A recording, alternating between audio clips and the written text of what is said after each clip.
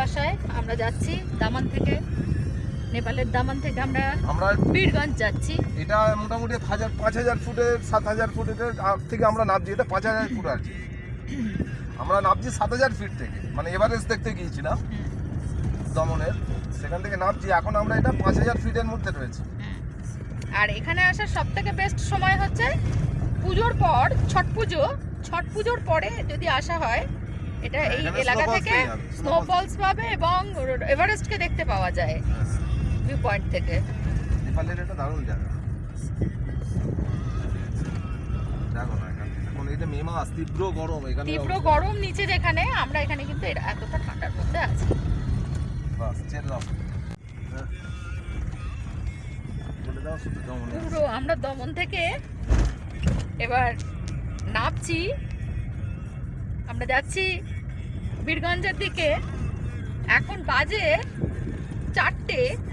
এরই মধ্যে আকাশের কি অবস্থা, রাস্তা পুরো কুয়াশায় ঢেকে গেছে। এক্ষুনি স্নোফলস হওয়ার মতন অবস্থা হয়েছে। আর যদি আমরা আধ ঘন্টা দেরি করতাম আর নামতে পারতাম না, কারণ আমরা তো নিজেদের গাড়ি নিয়ে আছি। ওরে বাবা, ভয়ঙ্কর লাগছে।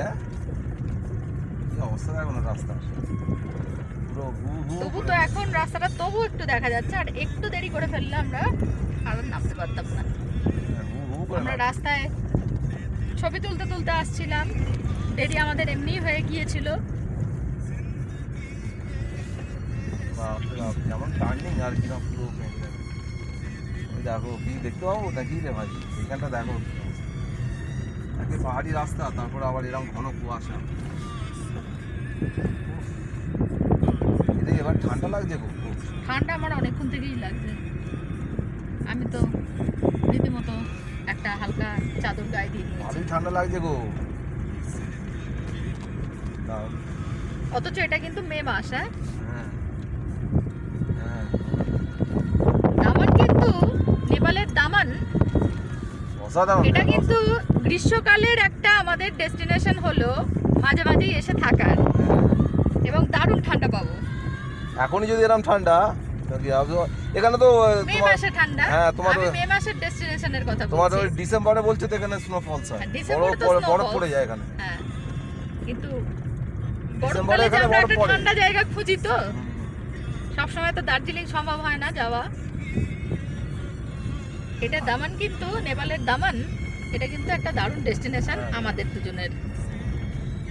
যদি এখানে আসতে যায়, একটাই মাত্র অসুবিধা, যে এখানে রাস্তা কিন্তু খুব সরু।